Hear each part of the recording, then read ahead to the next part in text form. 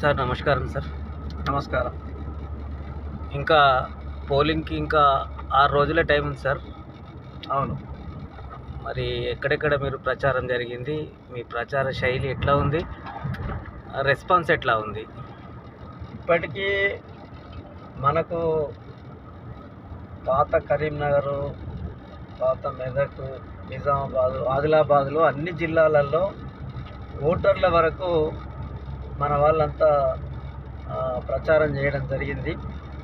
అంటే జిల్లా కమిటీలు, మండల కమిటీలు, టీపీటీఎఫ్, టీఎస్యూటీఎఫ్, ఎస్సీ ఎస్టీ ఉపాధ్యాయ సంఘము, బీటీఎఫ్,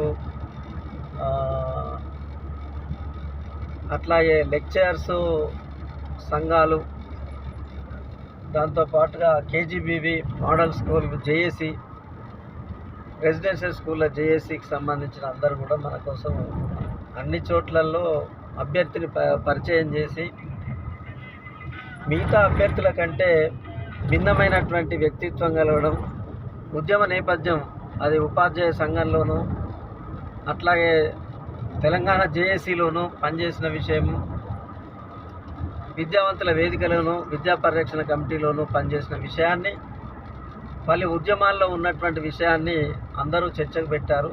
దీనివల్ల ఇప్పటికే మనం హైదరాబాద్ జిల్లాకు సంబంధించిన ఒక ఎమ్మెల్సీని విద్యా వ్యాపారిని వచ్చిన పరిస్థితి ఉన్నది. దానికి భిన్నంగా వ్యాపారులకు కాకుండా ఒక ఉద్యమ నేపథ్యం కలిగినటువంటి నన్ను ఎలక్ట్ చేయాలనేటువంటి ఆకాంక్షతో సంఘాలకు సంబంధం లేకుండా ఉపాధ్యాయులు మాట్లాడుతున్న పరిస్థితి ఉన్నది. నేను ప్రచారానికి వెళ్ళినటువంటి పరిస్థితి విషయంలో కూడా ఉన్నత విద్యా రంగంలో పనిచేసేటువంటి వాళ్ళందరూ కూడా ఒక మంచి ఆశాభావాన్ని వ్యక్తం చేశారు.